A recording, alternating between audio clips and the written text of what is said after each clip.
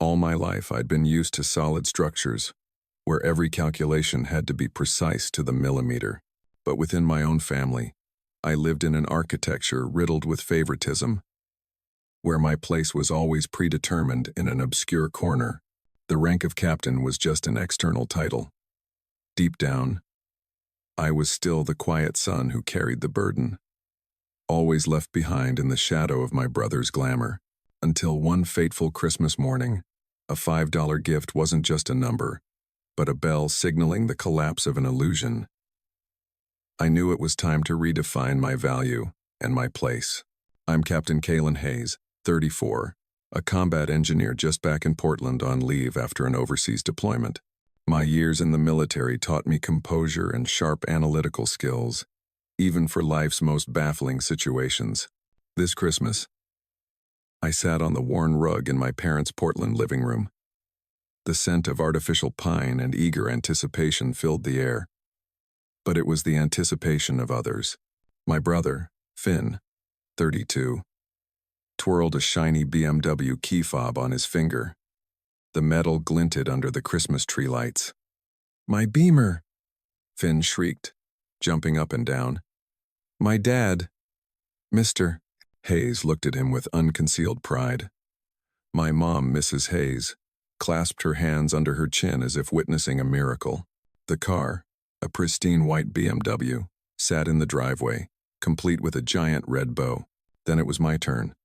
My gift was a plastic piggy bank shaped like a cartoon character, still bearing a $1.99 price tag.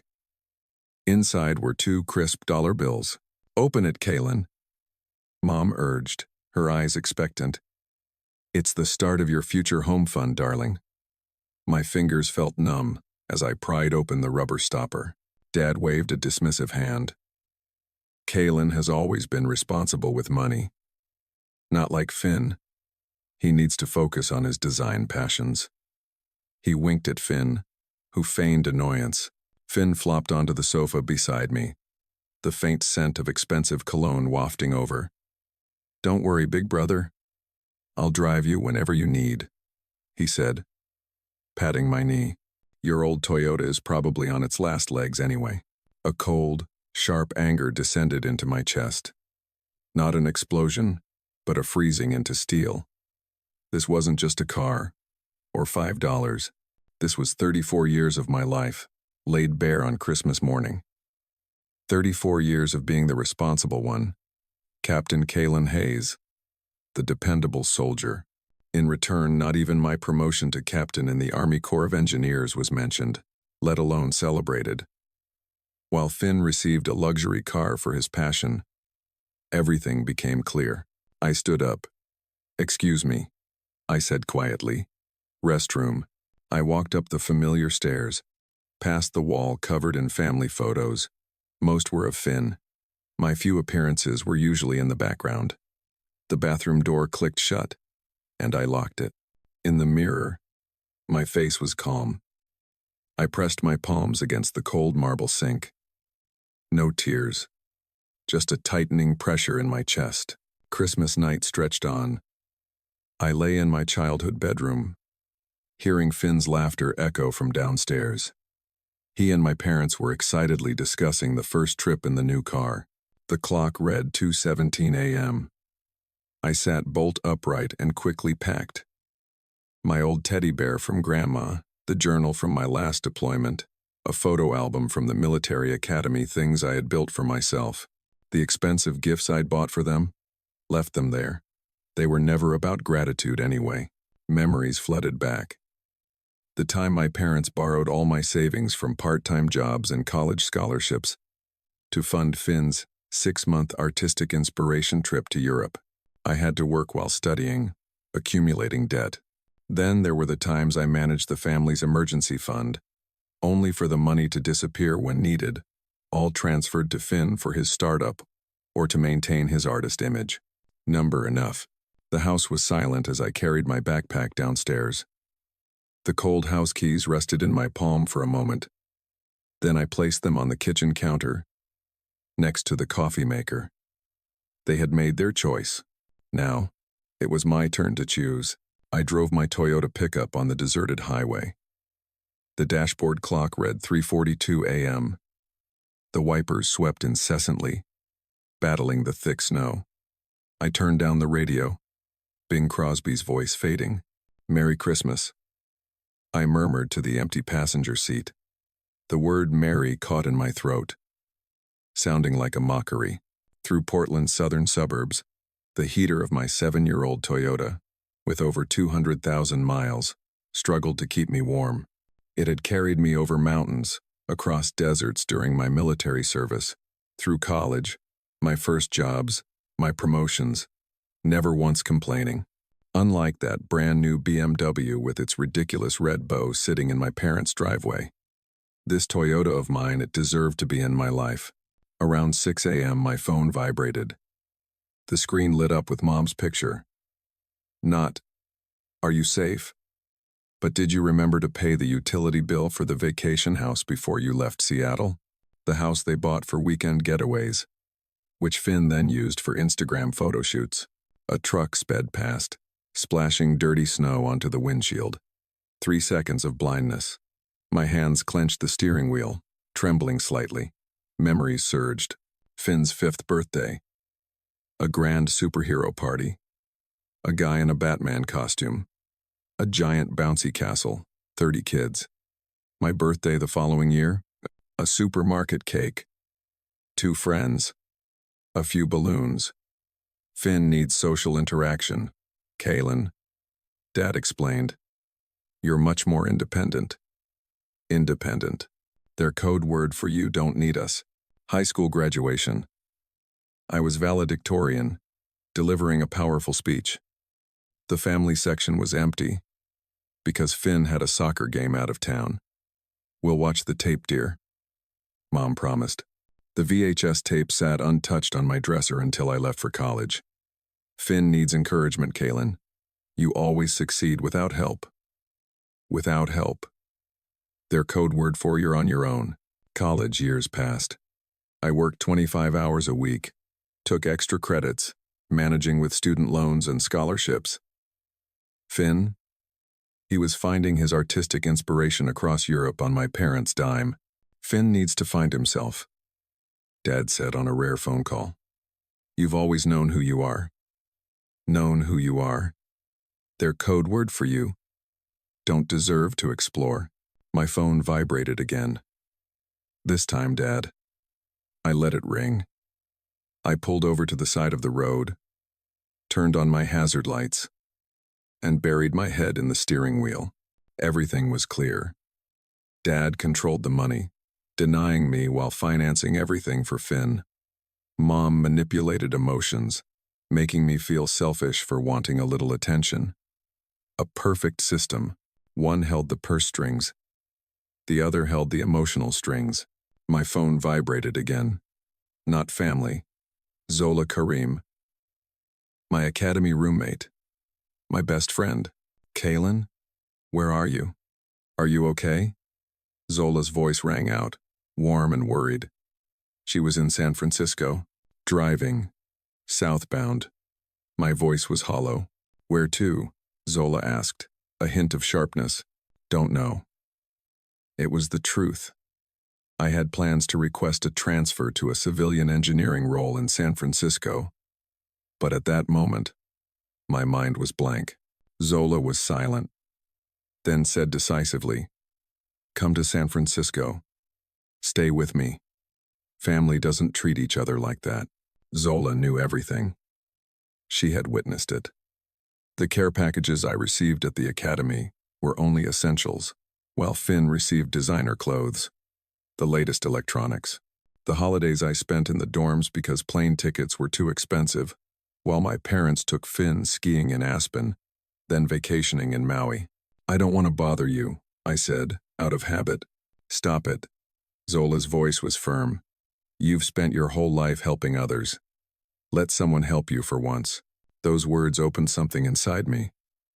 Help. A simple concept, yet astonishingly foreign. In my family, help always flowed, one way towards Finn, towards my parents, never towards me. "Okay," I whispered. Good, Zola said. Text me your location every hour. Drive safe. I've already cleared out the guest room for you. She hung up. I slowly drove back onto the highway. For the first time since leaving Portland, my shoulders relaxed a little. By 7:30 a.m., I crossed the California border. The Welcome to California sign glowed in the early morning Sunday. My phone showed 7 missed calls. 32 messages. With decisive movements, I muted notifications from Dad, Mom, and Finn. The silence now was heavier than any accusation. On my way into San Francisco, I stopped at a small diner off the highway. I hadn't eaten anything since Christmas Eve. The diner was empty, only yellow light reflecting off peeling Formica tables.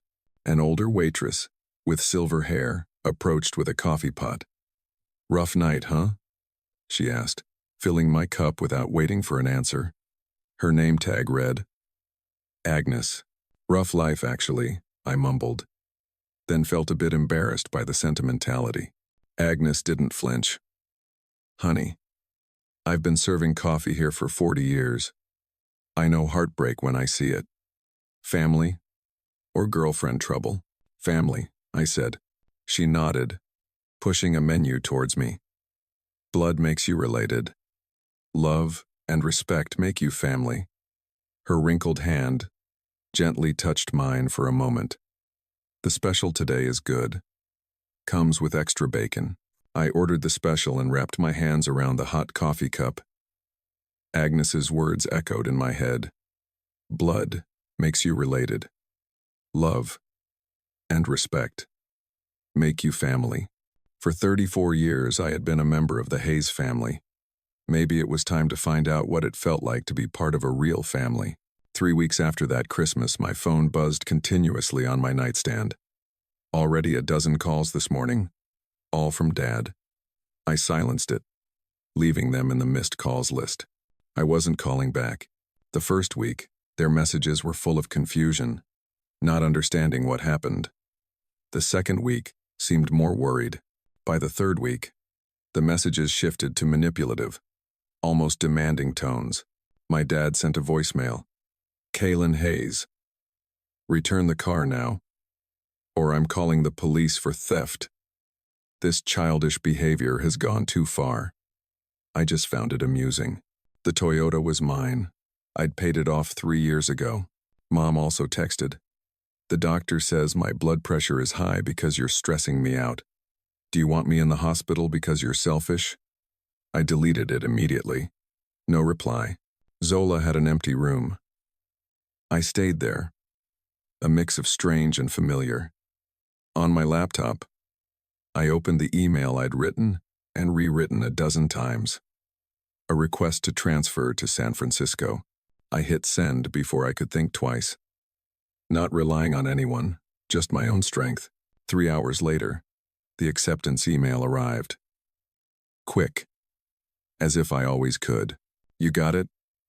Zola appeared at the door, seeing it on my face. She beamed. The feeling of someone celebrating my success without making it about them was still new. "Yeah, I start Monday," I confirmed. "Now, I just need to find a place to live." Zola grinned. "Already called Andrea from my book club. She manages some apartments in the Mission District. Good price, safe, a 20-minute walk to your new job. You didn't have to do that. I wanted to." She cut me off, sitting on the bed.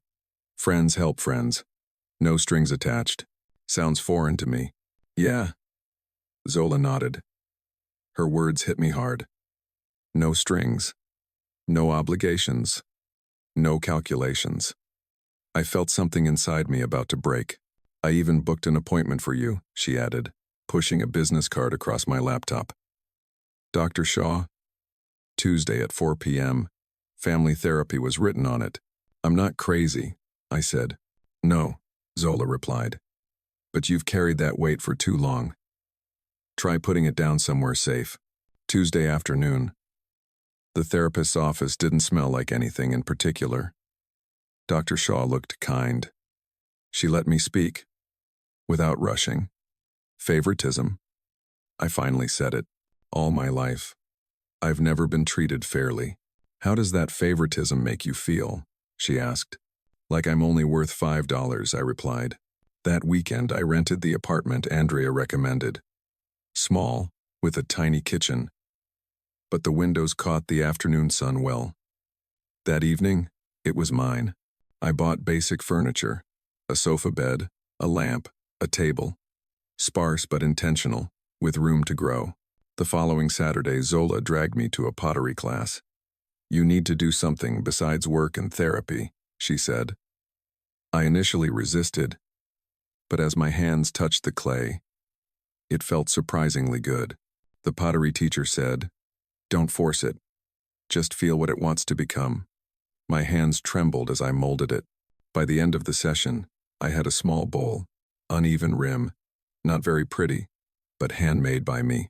4 weeks after that Christmas, the first video call from home came. I answered on the third ring, bracing myself for the familiar guilt whenever I saw their faces. The video call connected. I saw my parents on the screen. Dad was angry, his voice tight. "Kaylin, where are you?" Mom burst into tears. The usual tactic. "You're so thoughtless, Kaylin. How could you leave home like that?" I took a breath, calmly replying, "San Francisco." My mom squeezed into the frame, her voice resentful. "You changed jobs without discussing it with us? How could you be so inconsiderate?" The old feeling, something tightening in my chest, wanting to apologize, wanting to make everything normal again. But then I remembered Dr. Shaw's words. Your feelings are valid. Their reaction is their business, not yours. I need space, I said. Space from what? Dad roared. From family? From responsibility? From growing up? From feeling invisible, I countered. From being valued less than Finn. From trying to earn love that should have been given freely. My mom immediately burst into tears. How can you say such hurtful things? We've always loved you both, equally. I'm no longer responsible for your emotions, I said. The words were like stones I'd held in my mouth for years, now released. I'm only responsible for my own feelings. My dad slammed his palm on the table. This conversation is over until you apologize. Then I guess we have nothing left to say, I replied, and ended the call. In the days that followed, rumors started reaching me. I was having a mental breakdown, living in poverty, joining a cult. Finn's Instagram posted photos of him looking worried, with vague captions about family pain and praying for those struggling with mental health. I didn't care. In San Francisco, my new colleagues only saw my true capabilities. No favoritism, no prejudice, no comparisons, just work, professionalism, and results. I sighed, feeling relieved for the first time. 10 days later, Finn unexpectedly showed up at the office reception. Luckily, Zola was bringing me lunch that day. Kaylin is in a meeting, Zola announced coolly, and will be in meetings for a long time with uninvited guests. Every Wednesday evening I continued my therapy group. Sitting among strangers, I realized something important. Love without respect isn't love. It's possession. A simple statement, but it echoed in my head all week. 6 months after Christmas, my apartment had transformed. My handmade pottery now lined the windowsill, each piece prettier than the last. A proper bed had replaced the sofa bed. I was promoted to senior project manager. My salary increased, and I no longer worried about finances. On my bookshelf, the plastic piggy bank still Saturday. I filled it with crisp $5 bills, one for each week of freedom, not as punishment but as a reminder. Sometimes, the smallest betrayals reveal the biggest truths. Then came my cousin Life's wedding invitation. Only my name was on the guest list. No Finn, no parents, just me. What are you thinking? Dr. Thorne asked. I traced the edge of the armrest, counting each brass tack. I'm going. She raised an eyebrow slightly. Quite a change from last week. On my terms, I said quickly. I booked a room at the Hilton 4 blocks from the venue. Dad called twice, insisting I stay at their rented house with everyone. And what did you say? Nothing. I smiled, recalling the satisfaction of letting Dad's voicemail fill with increasingly desperate messages. Boundaries are the message. 7 months of therapy had taught me how to protect myself. 7 months. Since that Christmas night I drove away. 7 months of rebuilding myself. During the therapy session, my phone vibrated. Finn. His third text today. Looking forward to seeing you this weekend. We need some brother time before the wedding gets crazy. I put my phone in my pocket without replying. Dr. Thorne noticed. Your brother again? Suddenly best friends. I laughed, but my voice sounded hollow. He didn't text this much when we lived in the same city. What do you think he wants? An airport ride? Money. The old Kalen who used to fix all his problems. I gently smoothed the fabric on my thigh. Night blue silk for the custom suit I'd ordered. The color of power, not reconciliation. They've deployed the flying monkeys, I told Dr. Thorne. Uncle Pete called last night saying family sticks together. Aunt Agnes emailed that forgiveness is divine. Even Life's fiancé texted me on Facebook. They're kite coordinated. And how does that make you feel? Before therapy I would have said fine, always fine. Instead, I recognized my true emotions. A tight throat, cold sweat on my forehead, slightly trembling fingers. Afraid, I admitted, but also ready. That evening, I spread out the seating chart Leaf had accidentally sent in a group email on my kitchen table. I was placed between my parents, directly opposite Finn. The harmonious family picture was prearranged. I reached for my phone. Leaf, Kalen here. I have a small seating request.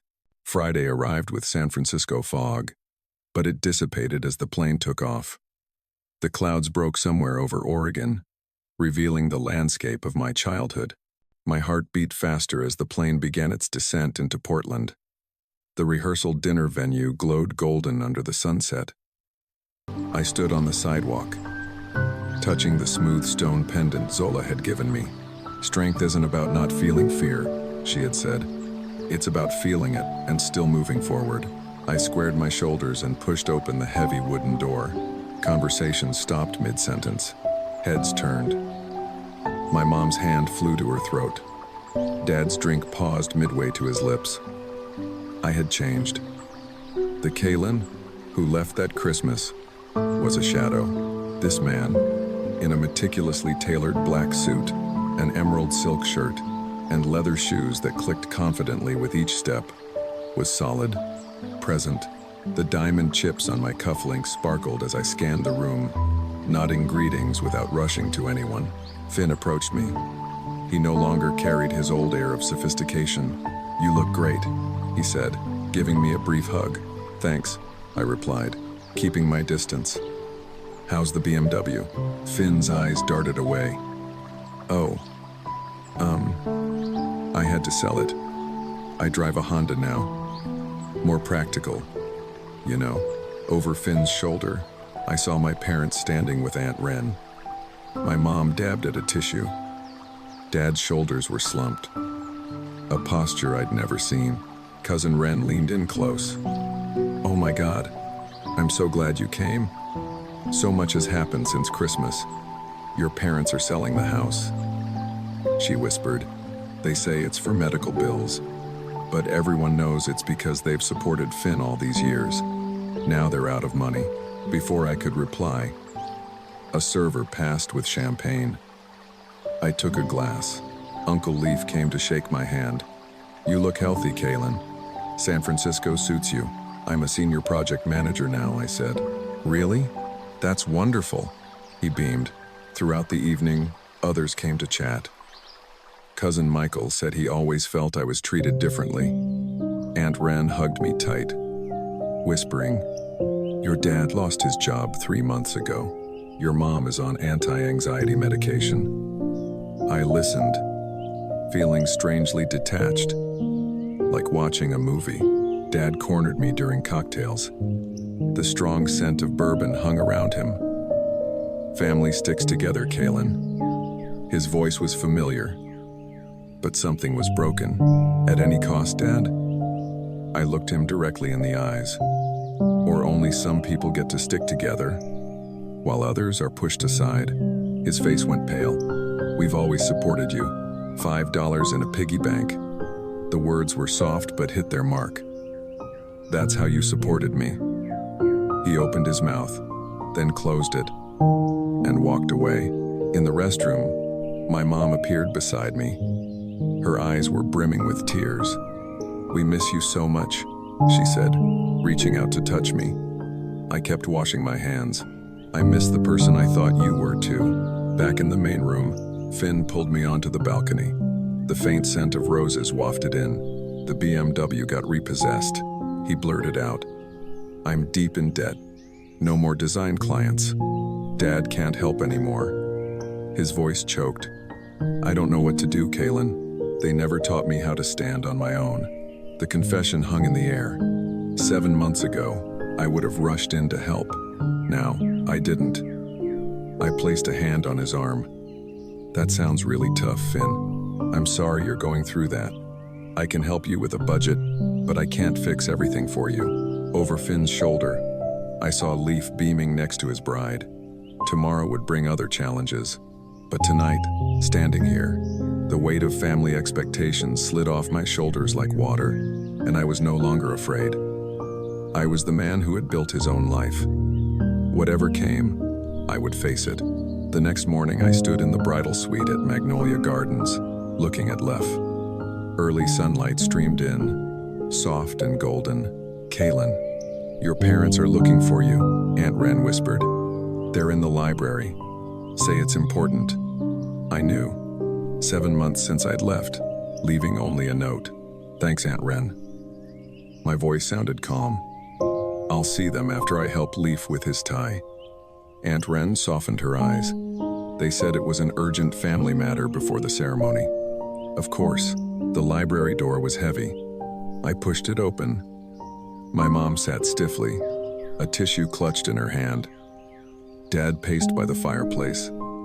Tense, Finn stood by the window, wearing an expensive suit, but no BMW. "Kaylin, thank goodness." Mom stood up, arms outstretched. "We need to have a family talk." I stayed by the door. "The ceremony starts in 40 minutes. Sit down, Kaylin." Dad gestured to a chair. The intervention was staged. "This can't wait." I closed the door. Did not go to the chair. "I'm listening." Finn stepped forward. "Kaylin, this has gone too far. Dad lost his job 3 months ago. Mom's in therapy for depression." Finn continued. "It's all because you left on Christmas." Mom dabbed her eyes. "We're selling the house.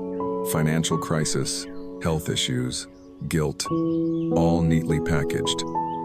7 months ago, I would have apologized, offered to help. Today, I went to the chair, put my briefcase down, and sat up straight. I'm sorry about Dad losing his job. It's good that Mom is getting help." Their faces were bewildered. "Didn't you hear us?" Finn raised his voice. "They're selling the house because of you. No, they're selling the house because of their choices, long before I left." I took a photo album from my briefcase. "I brought this for everyone to see." Mom frowned. "We don't have time for this meeting you called." I opened the album. "Then we'll make time." The first page showed 2 birthday parties. Finn's lavish, mine simple. "Remember?" I flipped through photos of Christmases, graduations, outings. The favoritism was undeniable. My dad's face reddened. "Ridiculous. We always treated you fairly." I pulled out bank statements. My student loans. $67,000. Finn's education was fully funded, including a year in Europe. Finn shifted. "That's not fair. You chose engineering." "It was my passion," I corrected him. "Just like art was yours. The difference is my passion wasn't invested in."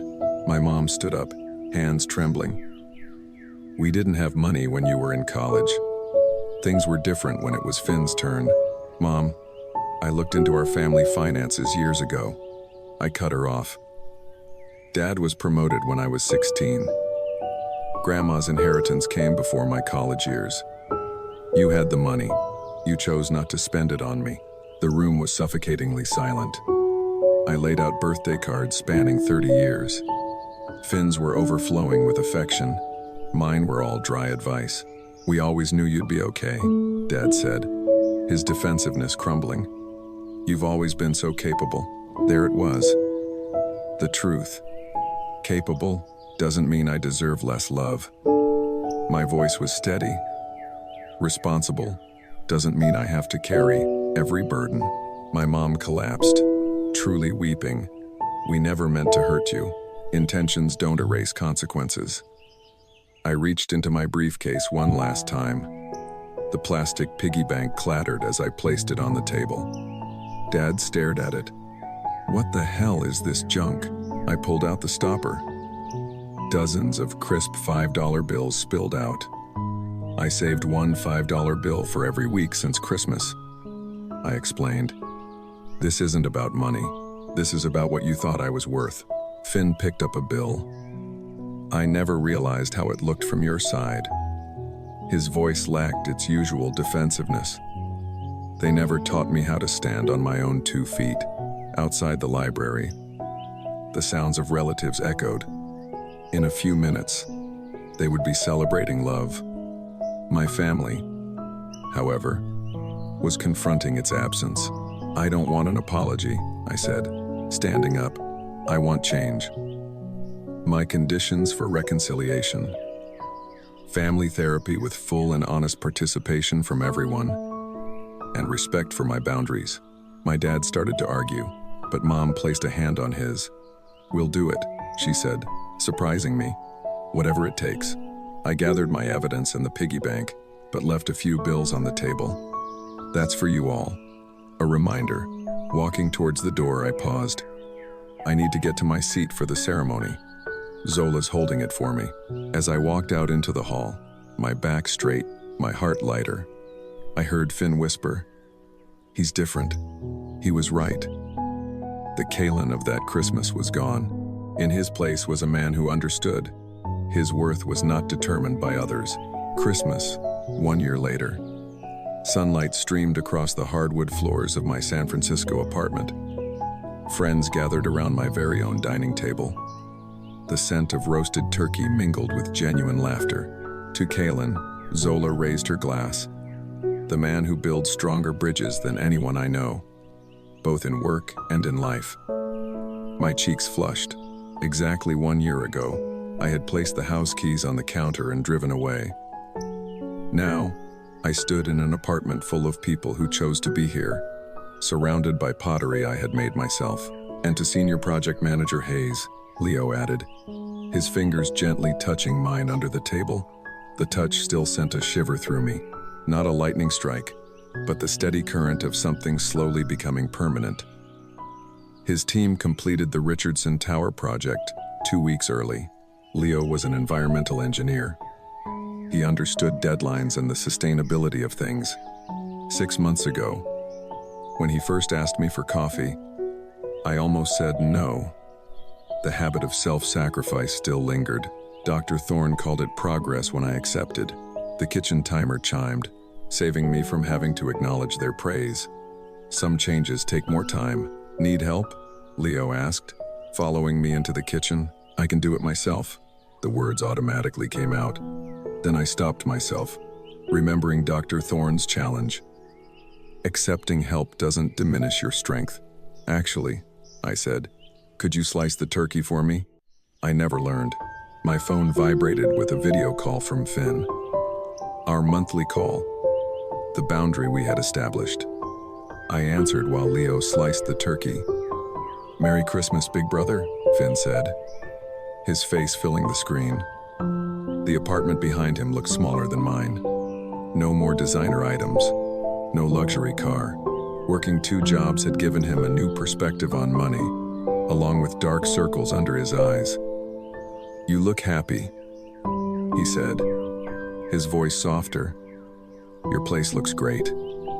Feels like home." I turned the camera to show him my pottery corner. "How are Mom and Dad?" "Dad's been sober for 90 days. He wanted me to tell you." He adjusted the camera to show my dad sitting in the living room of a modest apartment. "The AA meetings are really helping him. He's a different person when he's not drinking." I nodded, not quite ready to fully process it. "And Mom, she's still volunteering at the community center. She wanted to call, but there was an emergency food drive." Finn paused. "They asked about you." "Not in the old way either." We talked for a few more minutes, then said goodbye. The wall clock showed it was time for dinner. Around my dining table, conversation flowed between Zola, Leo, and friends. No one mentioned the piggy bank displayed on the fireplace, now filled with dollar bills, symbolizing lessons learned rather than resentment. After dessert, Finn texted a photo of some handmade pottery. "Not very good, but made with love. I'll send it to you tomorrow." Then another message came from Mom. "Found this in the attic while clearing out the house. It always belonged to you." Attached was a photo of my childhood architectural model house, the only thing I loved growing up. Below it were transfer papers, officially making it mine.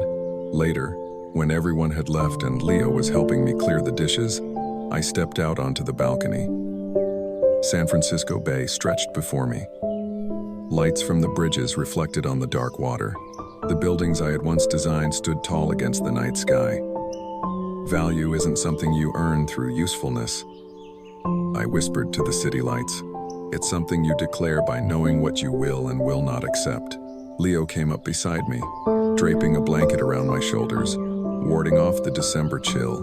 "Deep thoughts. Just grateful," I replied, leaning into his warmth. Sometimes, the biggest gift is realizing what you won't accept anymore. The piggy bank still sat there, visible through the window. No longer a symbol of what I lacked, but of the courage I had found to value myself.